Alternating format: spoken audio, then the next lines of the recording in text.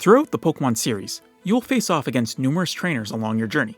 All of these trainers have their own classifications, all falling into different trainer classes.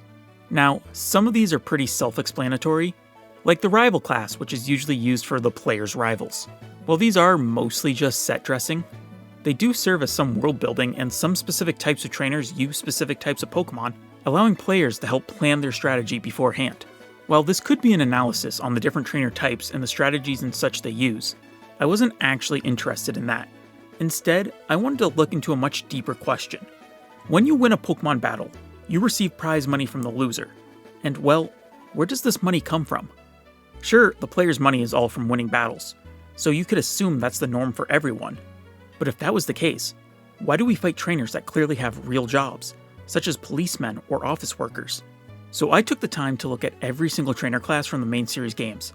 I would have included the spin-offs into this count, but a lot of the classes from Battle Revolution seemingly don't have images on Bulbapedia, so we're just sticking with what I can find. Also, as the series has evolved, certain classes have been renamed and redesigned. For the most part, I'm just going to be using the most recent names for these, as outside of like one situation, it doesn't really change much. I also shied away from including any trainer classes that refer to a singular character, such as Mystical Man, which just refers to Yucine. I also didn't include any of the classes that refer to a double battle pairing of two pre-existing classes, as those also seemingly are mostly one-off cases. It is possible I missed a class or two, as there is a whole lot of them, so I will not claim this to be an all-comprehensive breakdown. Also, this is completely opinionated. This is all just my subjective view of these trainers, so feel free to disagree. And if you do, let me know in the comments down below. Also subscribe and like the video while you're at it. It's all greatly appreciated. I believe that's all the groundwork needed. So let's jump into the breakdown. The first category is by far the easiest, as it's just children. These are just kids doing kid things, which, in the Pokemon universe, includes exploring your entire region by your lonesome. Bugcatcher, Camper, Picnicker, Lass, Youngster, School Kid, Twins, Ninja Boy, Tuber, Idol, Pokekid, Preschooler, Fairy Tale Girl, Schoolboy, Schoolgirl, Fair Prince, Youth Athlete, Festival Boy, Festival Girl, and the League Club. These are all very obviously children, most being the same age or younger than the protagonist. I wasn't totally sure on the idol at first, as that itself is very jobbish, but Bulbapedia says that the idols are specifically teenagers. Moving on to the trainers that are actually eligible to be working and making their own wages to hand out after losing battles, we are going to start with the trainers that have or appear to have actual jobs. For ease of organizing, I have the actually working trainers separated into 10 different subcategories. This doesn't really change anything outside of keeping similar-ish classes of trainers together. First up, we have what I categorized as the creative jobs. These are the artist, painter, musician, cameraman, reporter, and interviewers. These are all classes that are very obviously doing jobs that provide entertainment. Artist and painter make traditional art, the musician makes music, and the cameraman, reporter, and interviewers all work on on-screen productions. You could argue that the first three could be more hobby than job, but again, this is my subjective take, and they seem to me to be people making their dreams work. Next up, we have the housekeep, which is a very short list just consisting of maid, butler, and gardener. These are just very clear-cut jobs, and I don't think any of them need explaining. Up next, we have the government/service type jobs, being the policeman, firefighter, postman, courier, doctor, nurse, and Pokemon Center lady. These are also pretty self-explanatory, all providing a service towards the people of the regions they inhabit. Moving on, we come to the food industry, which has a surprising amount of classes in this series, for there is the waiter, waitress, garçon, chef, cook, baker, and cafe master. Cafe Master seems a bit intense for this, but they do seem to just be the owners of the battle cafes in the Galar region. The Pokemon world contains a good few actual athletes for actual sports, and if they're anything like in real life, they are getting paid really well. These are the Hoopster, Infielder, Linebacker, Smasher, and Striker. While the series is very well known for kicking 11-year-olds out to discover the world, there does still exist education systems in this universe, allowing for jobs such as teachers, instructors, principals, and nursery aides. In this category, I'll also include the coach trainer, who I assume is like a teacher but for actually being a trainer, as well as students. Students normally would have been a surefire bet for the children category. However, the academies in the Paldea region accept students of all ages, and thus the student class is used by more than just children. I'm aware that this isn't actually a job, but they're still doing work towards furthering education, not just randoms hanging around the region. Our next grouping are the performers. These are classes that could easily fit in at a circus, with these being the juggler, tamer, Fire Breather, Clown, and the Harlequin. While there isn't really a lot of circus-type areas in the games, these could all very easily work as street performers, which may not be traditional jobs, but could still be used to make income. We covered most of the jobs that are easily sorted into groups. However, there's a bunch of random ones we still need to run through, having the worker, rail staff, janitor, pilot, sailor, engineer, kindler, scientist, bellhop, model, cabbie, PI, birdkeeper, cowgirl, and rancher. The last 4 are a bit different from the rest of the list, but the cowgirl and the rancher are very much workers of the land. The birdkeeper, while seeming a bit out there, could for sure be a job. I could see it argued being more of a hobby, but in my opinion, these trainers seem much closer to that of a worker of like a bird conservation project than they are to just being some fanatics about birds. Finally, the PI is a very interesting case, not because of the job, but because of the class's history, formerly being known as both the gamer and the gambler. This is the oddball case I mentioned earlier, as it is quite a stark jump. The PI rendition of this class is a for sure working person, and for its earlier versions, we will come back to them later. Now we lead into the more interesting subcategory of the clearly working class, and that's the Pokemon-specific jobs. These classes are for sure workers, but only ones that exist in the Pokemon universe. These are the Ace Trainer, the Pokemon Breeder, Pokemon Ranger, League Staff, Elite Four, Champion, Gym Leaders, Trial Guides, Island Kahunas, and even just straight up Pokemon Trainers. I believe most of these are straightforward, being mostly workers for the Gym Challenge or equivalent, but for the ones that aren't, I see the Ace Trainer as kind of like the in-game version of a professional Pokemon player.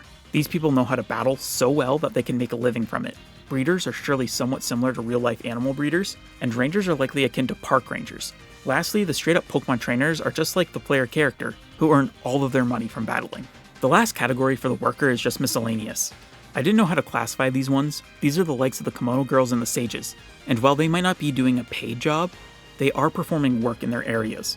There's also the Veterans, which I'm unsure of how to place as I don't really know if they're just really experienced trainers, making them kind of like retired, or if they are like actual war veterans. Either way, they're possibly not actually working, but have most likely already put in their time. There's also the Ultra Force Carton Boy, who I assume are like the Kimono Girls and Sages, but I'm really not too sure for these ones. With that, we should have covered basically every clearly working class trainer. But that's not all of them. There are still many to go. This next major grouping is what I have deemed to be the hobbyists, which are trainers partaking in their hobbies when you meet them, making it hard to determine whether or not they have jobs. Although a lot of them I feel like it's safe to assume they do in order to fund these hobbies. The first hobby subcategory is for sports. You come across a lot of people doing recreational sporting activities in these games, such as the swimmer, boarder, skier, triathlete, cyclist, jogger, crush girl, dancer, roller skater, sky trainer, freediver, scuba diver, golfer, surfer, black belt, battle girl, fisher, and the backers. Almost every single one of these is as straightforward as their name suggests. But for the few that aren't, Crush Girl and Battle Girl both appear to partake in some kind of martial art or a similar type of activity. Sky Trainers are trainers that enjoy sky battles and thus make use of wingsuiting, and the backers are just like cheerleaders. Again, you can't really determine if these classes have working jobs outside of their hobbies, or if they're even maybe profiting from these hobbies. But it's safe to assume they acquire funding some way, given the amount of these hobbies that require equipment, and in a world where a bicycle costs $1 million Poké-Dollars, it's probably not cheap equipment. The next hobby group is far smaller, being what I've listed as the travel hobbies. These are the tourist, sightseer, hiker, and ruin maniac. While they vary in vibe between them, they all enjoy going out and exploring, whether it's by visiting another region, taking a hike through mountains, or trying to uncover something historic. These are definite time and money costing hobbies. The final hobby group is yet again a miscellaneous one, containing the guitarist, expert, and the ogre clan. These are probably some easily debatable placements, as the guitarist could in theory go alongside the musician, and the expert alongside the veteran. But with them being so similar yet separate classes, I figure there's a line between the work and hobby and decided that this is where I think each one fit. The Ogre Clan, however, is a special one, as it's a class referring to people taking part in an event that only takes place during the Mask Festival in Kitakami, so it's not a full job, but is done to help teach the joy of battling. With the hobby category done, we move on to the third major category, which itself is a grouping of miscellaneous subcategories. The first subcategory is just the rich people. The beauty, gentleman, lady, rich boy, madame, monsieur, owner, and the glitterati are all just wealthy people. They have no need to work because they already have all the money they need. The owner may sound like a working class, but with how they look and dress, I assume they don't do a bunch of the working in the establishments that they own. Next up is the trainers that deal with psychic and supernatural things, being the channeler, medium, psychic, and hex maniacs. The channelers and mediums are kind of like the kimono girls and sages, but are much more attuned with the supernatural. And them, mixed with the other members of this category, seem like they deal with things outside of the realm of things like work and hobbies. The final subcategory here is just the Legends Arceus classes. A lot of these classes are specific to this game, such as the Bandit, Clan Leader, Warden, and Galaxy team. They could probably be dispersed amongst the other categories, but since they are all from a time way before the modern work life, I've just decided to keep them wrapped up here. Now, we reach the fourth and final category, the more than likely jobless. A lot of these include the hooligan type of trainers,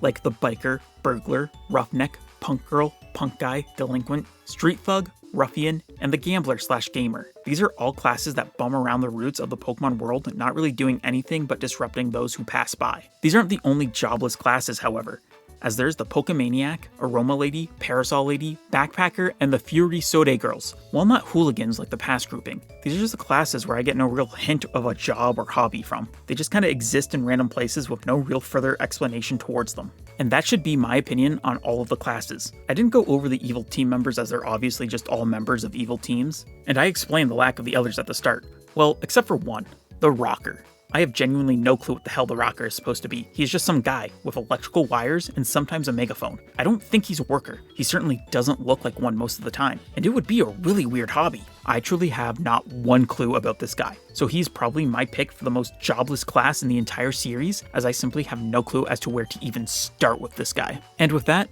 I think we've now covered all of the classes in my analysis of who in the Pokemon world actually has a job. I hope you enjoyed the video, and I would like to thank you all for watching. If you enjoyed, please do consider liking, commenting, and subscribing. This has been Big Blast 99, and I hope you all have yourselves a goddamn good one.